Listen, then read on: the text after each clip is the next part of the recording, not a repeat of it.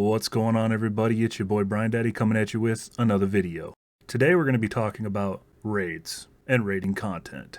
This is another exciting feature, and I'm pretty excited to see how they create world bosses and raid bosses in Ashes of Creation. Let's get started. Today's contents of the video will include raid bosses, raid strategies, raid mechanics, raid progression, PvE difficulty, including metrics, a trophy park, and leaderboards, looting, including loot tables and glint and loot tagging as well, chat bubbles, raid party controls, adaptive content, group sizes, and Zergs. We might discuss Zergs again as well, as we did in yesterday's video about dungeons. So let's get started. Raids will either be based on trigger events or more traditional systems. Traditional world bosses will also change based on the node development. Raid bosses. There will be between 12 to 15 raid bosses in the world of Ashes. Legendary equipment is only dropped by legendary world bosses as well. If you're going to want to get the best stuff in the game, you're going to have to do the hardest stuff in the game. Makes sense. A single-digit percentage of the population will be capable of defeating certain content. So they're making it very difficult. Here's a list of the current raid bosses. Brood Queen, Elder Dragon of the Flame, Elder Dragon of the Tundra, and Elder Dragon of the Wood. Negalith and Tumok the Wretched. Raid strategies. Raids will have elements that can be pre-planned. There will be a required composition of DPS, healers, and support, as well as positioning. So your typical things that you would see in raid content in other MMOs applies here as well. Obviously you want to bring the right group, and you want to position yourself for the certain phases of each fight. Raids will also have dynamic elements that can change from session to session, meaning you're not going to get the same fight every time, which is pretty exciting and pretty innovative, and I'm glad to see that in Ashes. The types of numbers of bosses and mobs present in the raid and their skills repertoire can also be adjusted, and there will be variables that are manifested based on the node progression as well. There will be a number of Metropolis nodes and the types of Metropolis nodes that will determine basically how that raid and boss difficulty scales. Raid mechanics.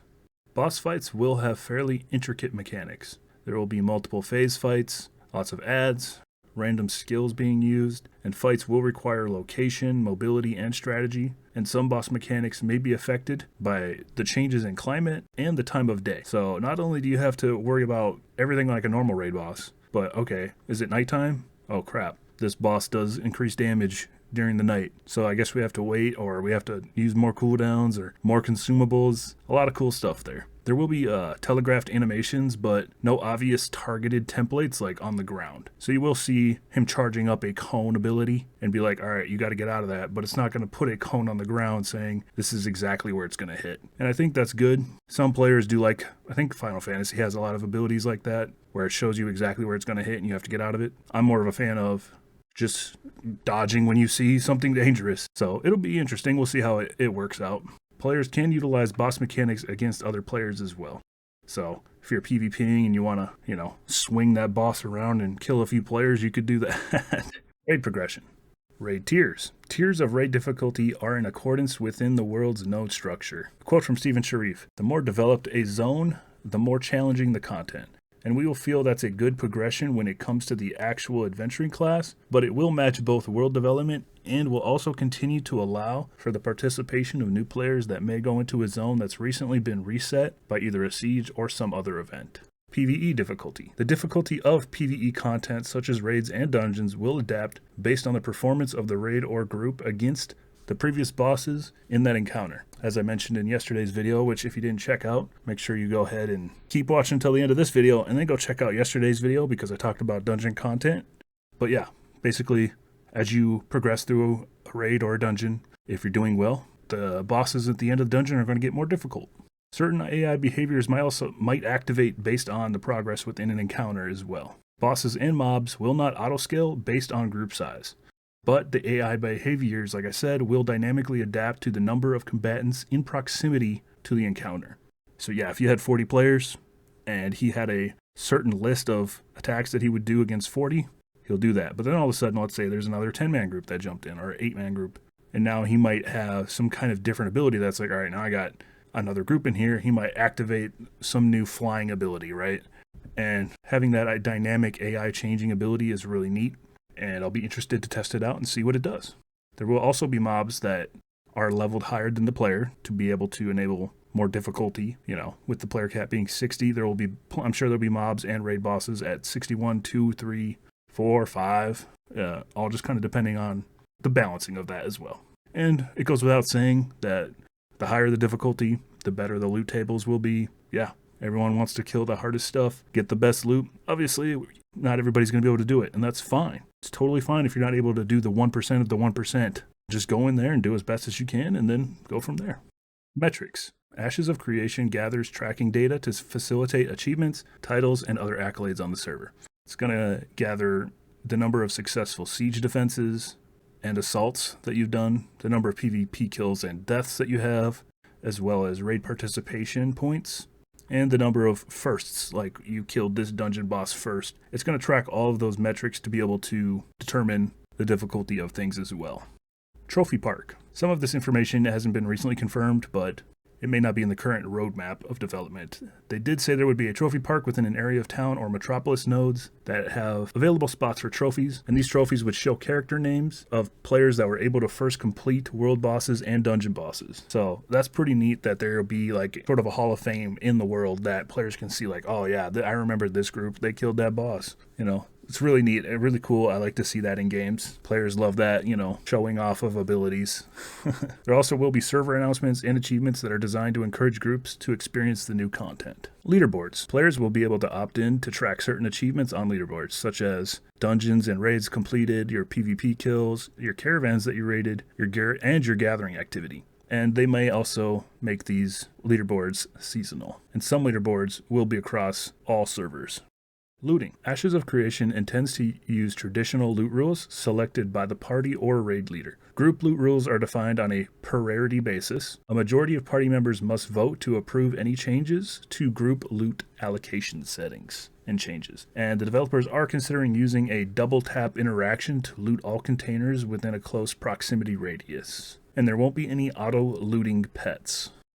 It will be possible to kick a player from a party prior to them acquiring loot. So yes, Stephen Sharif quote basically says, yes, technically it would be possible for you to kick a player prior to acquiring loot. However, again, because of the game that relies on social interactions, there will be reputations. So he's basically saying, if you have a bad rep as a party leader or a raid leader, people are going to remember that and they're not going to group or party with you again. It's that simple. All right, here are the different types of looting guidelines that you can set. You have free-for-all loot, which is whoever gets there first gets the loot. A loot master, which is sort of a master loot system where the player is designated by the party leader to decide how the loot is distributed in a dungeon or raid party. Round robin. With round robin looting, party members take turns looting, so it's pretty simple. And then you have the need or greed system, which is a traditional need before greed based on dice rolls. And since there is very little gear binding in Ashes, it's left to the party to deal with players who excessively need or, roll need on everything. Again, building into the social interactions of don't be that guy who rolls need on everything. When you're a fighter and you're rolling on cloth gear, that's great for a caster. Just stop. You got to realize that's not for you. Loot tables. The drop tables and loot tables of world bosses or dungeon bosses do have a small RNG chance of dropping gear, which I've mentioned in previous videos. The monsters are going to drop glint, crafting items, small chance at recipes and rare legendaries and materials. Can also get harvesting resources for gathering professions. Crafted gear is the best gear in Ashes, so that small chance of being able to get those recipes off of the bosses is what you need. And stats on dropped items will vary based on the rarity of the item. And yeah, if you have experienced debt, it will decrease the drop rate percentage from monsters as well. Glint. I've discussed Glint in a couple of videos. As I've stated, it's basically going to be a bound currency that drops from mobs and players, and it's offered as a reward for basically a lot of quests and events and achievements. It's going to be your main thing to be able to obtain gold using various systems and commodities and the caravan system. Basically, Glint is going to be your money maker. So focus on gathering a lot of that and then moving it around to make money. Loot tagging. We discussed loot tagging in yesterday's video, so I won't talk too much about it, but essentially there's going to be a bonus for people who tag the mob, and then also it's based on how much damage is done to the mob. So initially you kind of do want to be the group that tags the mob, but also make sure that you're doing enough damage so that other groups don't overtake you for the looting rights on those mobs. Chat bubbles. Chat bubbles will be able to be toggled on and off by players, and there will be options to manage those bubbles to reduce the visual clutter. That is important because when you're in a raid, there can be a lot of stuff going on, and sometimes people will chat in the middle of a raid, and yeah, it can be a lot of stuff going on. So having that option definitely helps players need to be able to see what's going on. Raid party controls. There will also be controls for raid leaders that will include being able to kick from the raid, promote a player to raid leader, convert the raid to a party, and also voice controls to be able to toggle mute the entire raid, define who can speak across each group. They're going to have a lot of cool customization within the voice chatting game, which I find pretty neat, but I also do believe many players will end up using Discord. But if the in-game voice channels are good, I think it will definitely drive player engagement and making social interactions and friends, which is very important. Raid target markers. The UI will potentially incorporate target marker symbols above players' heads that are visible by other party members.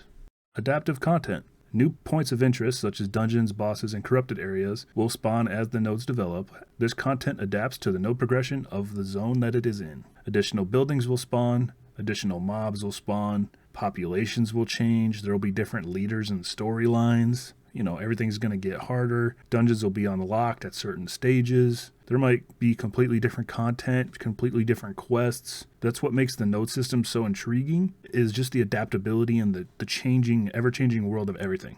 So you could level up a node to like level 4, and then it gets sieged, and then it falls down, and then you level it up again, and then there's a new quest, new changing, just always changing and keeping it fresh, and it's fantastic. I'm ready to play it. Let's get in there. Group sizes. Ashes of Creation is designed for solo players as well as large and small groups. Parties will have up to 8 players in a single group, and raids will have 40 players. And a lot of the content will be tailored to 40, 16, and 8-player groups. PvP will have 1-man, 3-man, and 5-man groups for arenas as well. And there won't specifically be guild versus guild arenas, but there will be team-based matchmaking that allows teams to face each other. Last topic, let's talk about Zergs, which again we discussed in yesterday's video, but it's important that we do talk about this, that Zergs are empowered by fast travel, and meaningful travel times in Ashes of Creation are intended to prevent that Zerg play from being so much of an influence. So encounters are designed to have a meaning in terms of how boss skills and abilities relate to the group composition, tactics, and strategies, and Zerging is not experiencing content, There are different ways to make a fight more difficult for larger groups without relying solely on stat buffs or making a boss a damage sponge as well. Raid and dungeon bosses have specific mechanics and abilities that players need to learn and react to, and Zergs that are not aware of these mechanics will be appropriately wiped. And there may also be environmental hazards or AoE effects that cause more damage based on the number of players in an area. So there's a give or take for guilds that want to see larger number of members, as opposed to a more focused group that is a part of an alliance. So let's say you wanted to have a guild of 400 people and you all want to go push this content. It would actually be more beneficial for you to be a guild of 200 and form an alliance with another guild of 200. Okay? There's so many little things like people have been talking about with guilds going to be creating these smaller guild communities and then all being in an alliance together, and then just that alliance being the complete owner of an area, with the alliance technically still being a guild, but they've just formed themselves into smaller guilds. And there's a lot of, as they've said, they want to prevent players from gaming the system. It's going to be extremely difficult because this has been the main key point that everyone talks about that's going to be an issue. And I think that what they are implementing and what they have in mind will work. But again, we still have to see how players are going to play this game. We don't know anything until we see how these castle sieges and big wars and raids and dungeons go. It'll be very interesting, and I hope it all works out. Alrighty. Thank you guys for tuning in and watching. I appreciate you. I know a lot of this content was kind of similar to yesterday's video with a lot of the same topics, but I did want to cover it. And yeah, thank you all for tuning in. I'll catch you in the next one. Peace.